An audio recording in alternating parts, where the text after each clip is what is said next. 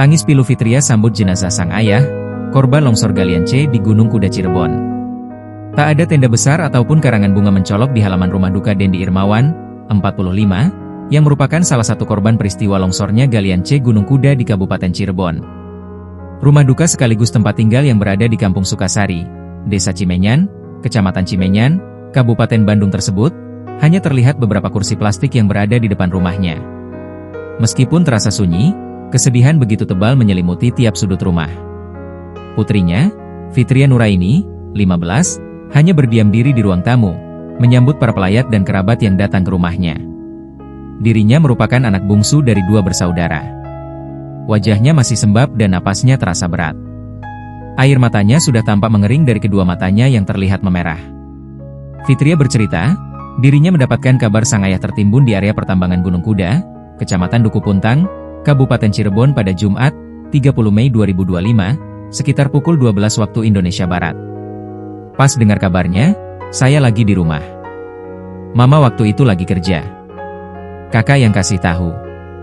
Awalnya dia bilang, doain bapak ya, kata kakak bapak ketimbun tapi belum pasti.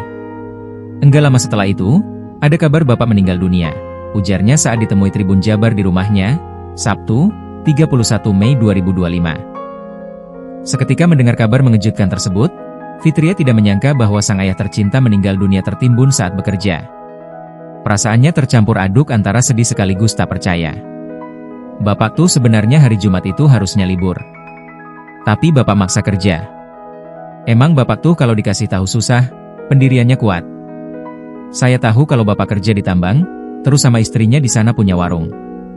Kalau sama ibu saya kan sudah cerai, katanya. Dendi sendiri sudah merantau ke Cirebon sejak 2019, sedangkan Fitria tinggal bersama ibunya di Bandung.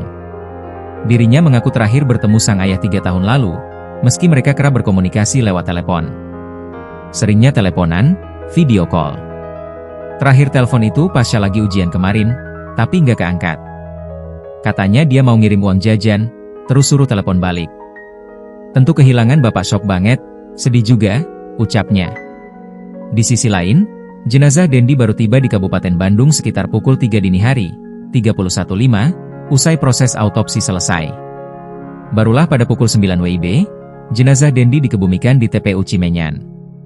Dimakamin di sini, Cimenyan, karena kemauan saya dan kakak, karena kalau di sana Cirebon nanti jauh. Keluarganya bapak juga banyaknya di sini, ujarnya. Download Tribun X sekarang, menghadirkan lokal menjadi Indonesia.